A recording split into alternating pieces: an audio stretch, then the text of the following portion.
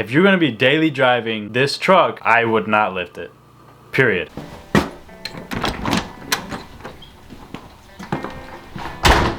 Yo, what is going on, guys, and welcome back to another video. Now today is the day we take this truck to the alignment shop and hopefully they can get it in spec. I'm just hoping and praying they can. For some reason they usually can't. Like if you watched the last video, I said that they've just had trouble just because of spacers and everything like that. Hopefully they can get it down today. I'm still waiting for my freaking steering stabilizer. The time I'm actually wanting something to be in at a certain time, it never comes in. But yeah, we're gonna head up to the alignment shop, see how the truck does. I have not drove it yet at all since I put the new stuff on there, and I did like one more in and out drive yesterday with this in the video. If you watched it from yesterday, that was the first one I've ever actually did since I put it on, and then I did it like one more time, and now we have like a bunch of positive camber on both sides. I don't know how good y'all can see, but and this one is towed in like really bad. The alignment shop is maybe 10 minutes away, so hopefully it should be able to drive there just fine. But of course, OBS problems, gotta make sure I have antifreeze before I take off. So I'm gonna check real quick and then we will be on our way. All right, good news, we had antifreeze. Bad news,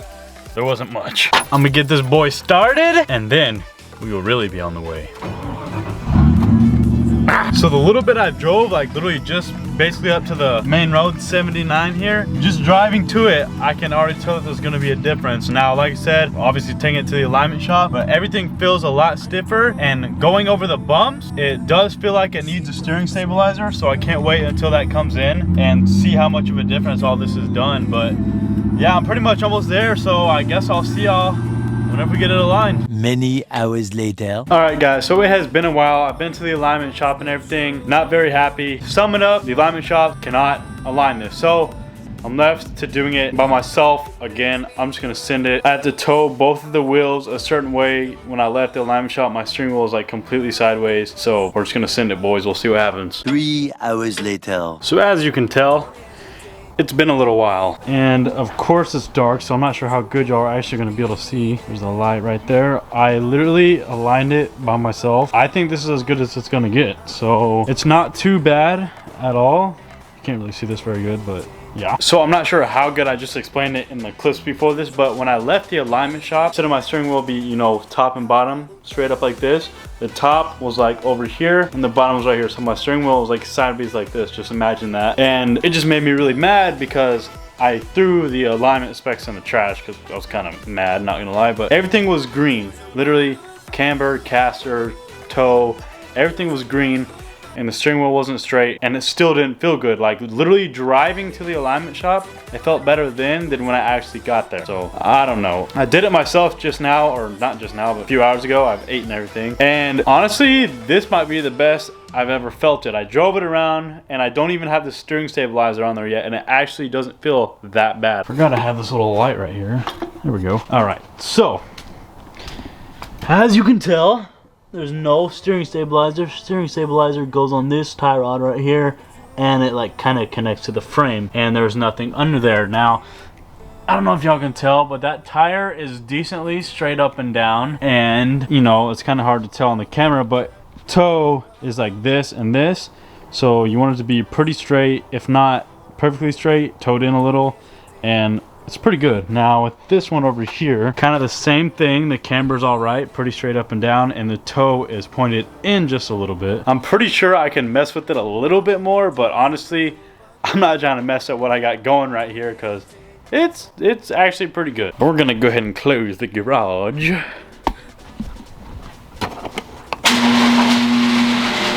Bye-bye, see you tomorrow. So at this point, alignment wise for this truck, we're basically running around like a chicken without a head. I've asked people around my area that I know that have a lifted truck just like mine, 2-wheel drive, twin I-beam, where they got their alignment done. They all say the same exact thing. They can't get it right, nobody can do it. So I've reached out to people, I've reached out to shops, and yeah, it's bad. So it's just annoying, guys. If you have twin I-beam and you're gonna use it for your daily driver and you care about how it feels when you're driving, you might not want to lift it. Unless you or you know someone that can align it super good and make it feel like it was factory. So were the new tie rods and new tie rod ends worth it? I'm gonna go ahead and say yes, it did something. Did it do a whole bunch? Not too sure. Now that dual steering stabilizer is gonna be the finishing test. If that thing works, then this is probably gonna steer like a dream. I say this like you can see it, but the truck will probably steer pretty dang good, probably the best it's gonna get. And once again, this thing has still not came in. It was supposed to be here like 2 or 3 days ago at this point. So the next video you watch, hopefully it's in by then. But other than that, guys, hopefully you did enjoy. Make sure to drop a like if you haven't already, subscribe if you're new, and make sure to go ahead and turn on that notification bell just so you can get notified every time I post a new video. Other than that, I will see y'all in the next one. Peace out.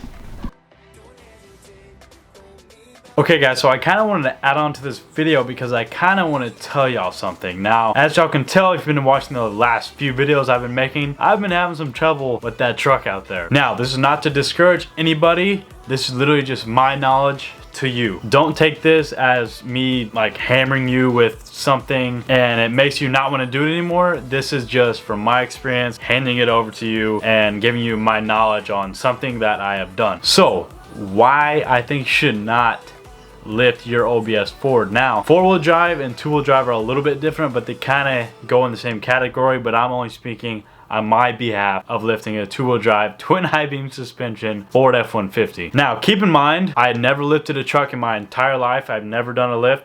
This is my first vehicle I've ever had, and I'm basically going to share with you my experience with it so far and just things that you probably want to know before you do it. So the first huge thing, and pretty much the only reason I'm making this little part of this video, is the alignment. The alignment anywhere from camber or cast or toe, all that stuff will never be the same. Now, like I said, this is only from me, and even people I know, they have never been able to get a good alignment and have always had some kind of steering issue with the lifted twin I-beam Ford. Now, don't get me wrong, in some instances this is actually really good. Like, say my truck was an actual like pre-runner, they actually use the suspension quite a bit, just the twin I-beam, just because of how the suspension travels and stuff on bumps and stuff like that, desert terrain, stuff like that. This suspension is actually really good. But if you're going to be daily driving this truck, I would not lift it. Period. Now, you may be asking, then why did I lift it? Like I said, first truck I've ever had, first vehicle I've ever owned. I just love the idea of lifted trucks. I love that truck since I saw it since I was 1 year old. That was my papa's truck before I got it. And I always knew that I wanted to lift it and I wanted to put some tires on it and I just wanted to make it mine. Okay, that's besides the point. But yeah, the second you put the ride height more than stock, even if it's level in the front, you are gonna have, it seems like, never-ending issues. Now, keep in mind, my entire front end is completely rebuilt. I've done wheel bearings, ball joint, tie rod assembly, everything you can think of from the firewall forward and down below the engine has been completely redone. The lift kit is from Rough Country, which isn't even that old, probably maybe a year now, and that's whenever I realized, you know, this is not really exactly what I expected, but it's a really good learning experience, and I get to teach y'all that basically why I watch these videos. I mean, I'm racking up subscribers and views from y'all because y'all are really interested in this kind of stuff. It makes me really excited that I actually get to show y'all how to do it and explain to y'all, and y'all like it. That's really cool to me, and I will continue to make these videos, and I will continue to try to make that thing as good as possible. Now, the state I have it at right now is decent. Like I said, we just need to get that stupid steering stabilizer in here, and we'll be able to see how it's going to be for a while, driving wise and stuff like that. Now, hopefully you guys are actually getting some valuable information out of this. So basically what I'm saying is, it's probably going to be non-stop fixing stuff, trying to figure out different angles and figuring out the geometry